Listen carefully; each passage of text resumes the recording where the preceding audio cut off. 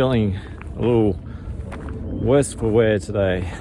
The body decided to have a little trauma reaction last night.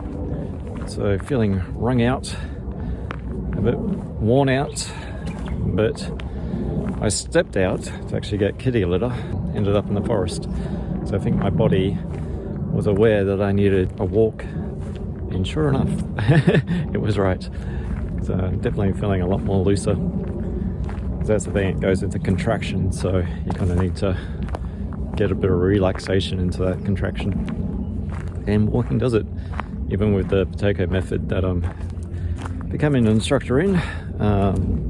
They were talking about the potato mindfulness method, and part of it was going for walks and being mindful of the walk. Like basically what I was saying in one of the chats was stopping to smell the roses rather than getting to the end of the journey as quick as you can, being aware of the journey as it goes along. Awareness is kind of like what I want to talk about today, because awareness is important. You could almost say the first step on a healing journey. Why is awareness important?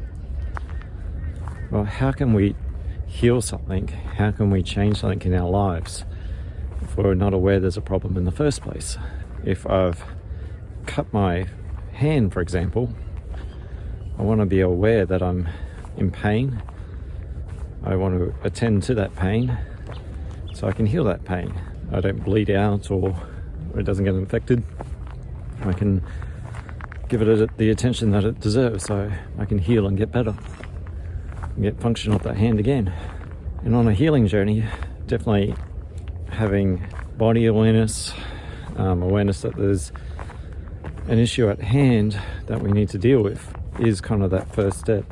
It's not the only step, because attention without any sort of action behind it, and action being any form of therapy or whatever it is, or if you've once again broken your leg, you kind of want to take the action to get to the hospital to have it set, to have a cast put on so you can get back to moving a bit more freely again, or going to a therapist, or doing tapping, or whatever it is that works for the person.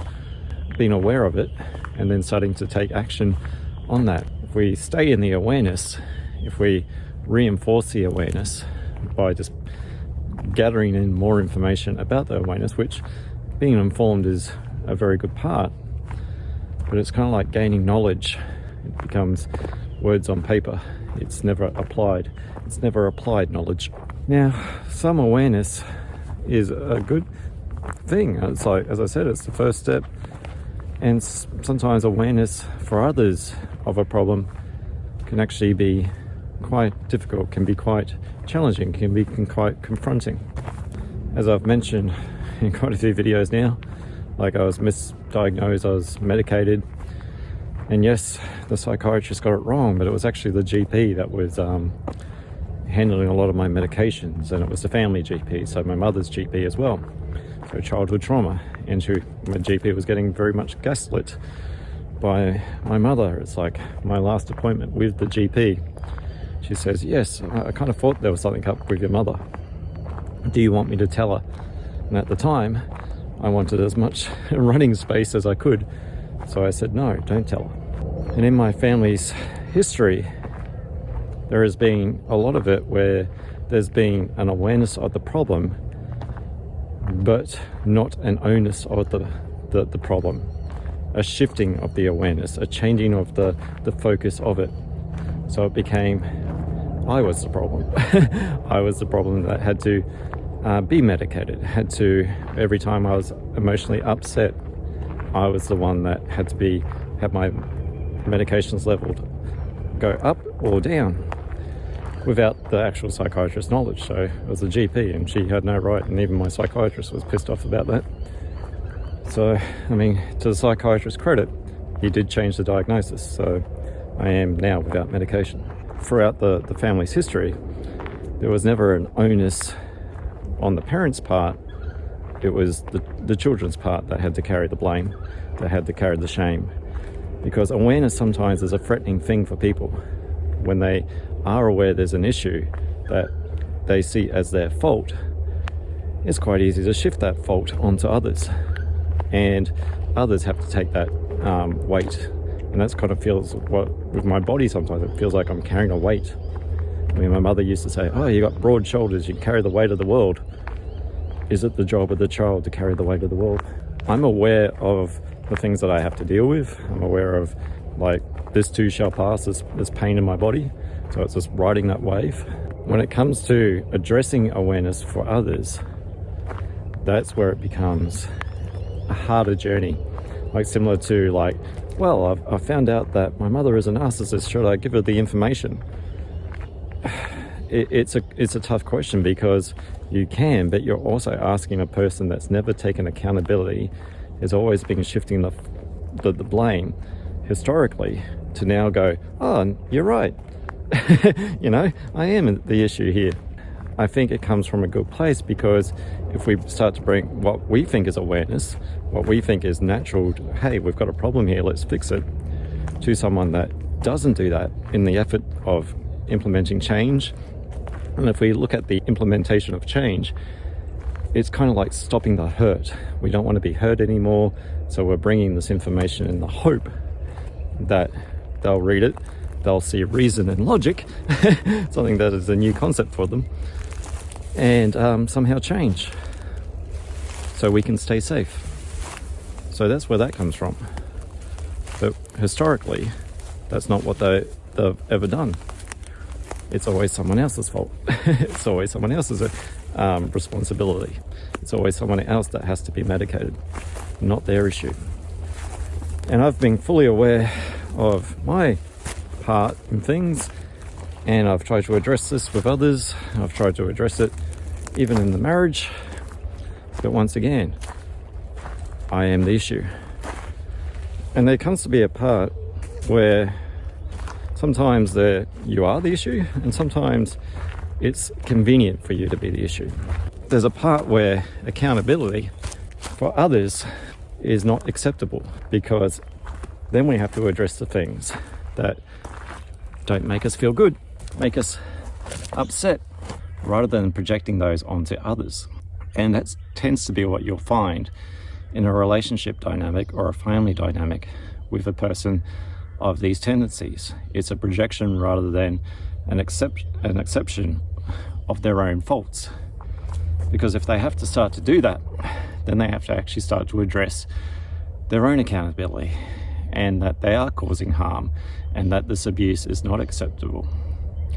Which, if they're already carrying a lot of shame, if they're already carrying a lot of blame, if they have a sense of self that is quite shallow, is quite boring, then, and they feel ordinary, this is how they feel inside. There's that internal shame.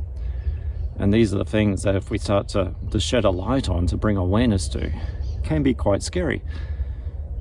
And the result of that is an outward projection. It is an outward attack, be it verbal or physical. I'm well aware of my family's history. Like, I have a sister, she ran away from home, she was getting physically abused, I witnessed it. Father with alcohol issues, mother definitely narcissism, and my sister running away to the point where she's getting pregnant, and then her last pregnancy she passed away on. We lost 3 people that day, having to do 2 funerals. The boyfriend at the time was a store scumbag. Yeah, it's like the grieving process left alone in it. I mean, that's where I started my psychological journeys sort of thing. It's like I started to have to see a psychologist to deal with the grief, because the mother gets in the car and goes up north and leaves everyone because it's easier for her. Scapegoating. It's not right. It's a form of abuse. But there's also, like, I mean, even in the marriage sort of thing, it's like the heavy onus was on me as this person that was terrible. Okay, if that's the case, looking at my ex-wife's family, father alcoholic, mother was very similar to my mother, and the kids also with physical and emotional abuse. And somehow that seeing a counsellor for my wife was just cleared up all the trauma, or that my ex-mother-in-law, that a juice diet cleared up all the trauma, or that the father-in-law just continued on, basically with the only difference being a tablet so he wasn't an alcoholic. but he was still abusive. He even tried to punch me once. There's realities of why someone would actually leave things, why someone would actually get away, why someone would escape. Similar to my sister, who was running away from home, but she got, unfortunately, hooked up with a scumbag who just kept on getting her pregnant, and even attacked my parents. So that's the history there. Now, I have all the awareness of this, and I also have to deal with the trauma from this. You don't get complex post-traumatic stress disorder as a lifestyle choice. It's something that happens to you. It doesn't mean that you're crazy or anything like this. It means that you've had trauma that's happened to you, and you're now having to deal with this. You've got awareness of it. So, I mean, my hat's off to the psychiatrist for actually going, crap, I got it wrong, and changing it. So now I actually can deal with the issue at hand. Doesn't mean that, probably spend more time actually before you diagnose someone. Have the awareness of the family background before we start pointing fingers and going, this is that label. So I had to take medication for and carry a label that stigmatized me for a long time, and probably people will probably still see that label as the convenient fix to have that perception of myself in their mind, because it's more convenient for that. When we try to bring awareness to others, similar to when I was bringing information about narcissism, when I was finding out about my parents to my ex-wife, and then that was changed up, in arguments, I've got to walk on eggshells and all this around you, basically using the knowledge that I had presented to her to use as an attack towards myself. There comes a point where it's like, are we trying to fix others in the hope, once again, that, they will treat us with kindness, that we'll get that acceptance, that we'll get that love? It's kind of like trying to domesticate a wild animal in the hopes that it will stop biting you.